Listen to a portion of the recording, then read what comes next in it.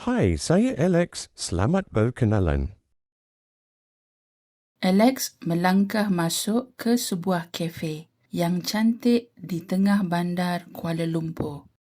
Dia memegang telefonnya, mencari kelibat seseorang. Mana Aina ya? Kafe ni besar sangat. Harap-harap saya tak salah tempat. Hai, saya Aina. Selamat berkenalan. Di satu sudut kafe, seorang wanita melambai ke arahnya dengan senyuman mesra. Di atas mejanya, ada sekeping kertas kecil tertera nama Alex.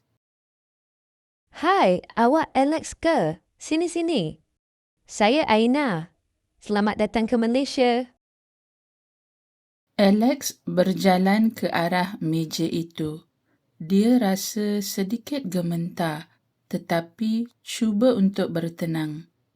Dia mahu memulakan perbualan dalam bahasa Melayu. Hai, awak Aina?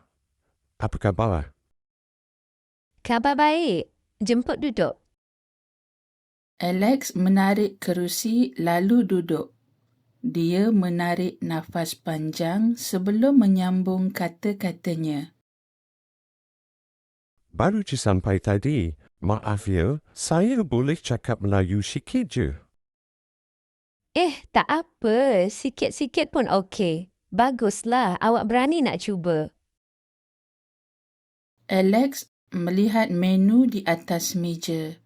Dia mahu mencuba memesan minuman sendiri. Saya nak cuba order sendiri. Kopi ais satu. Betul tak saya cakap macam tu? Aina mengangguk dengan penuh semangat.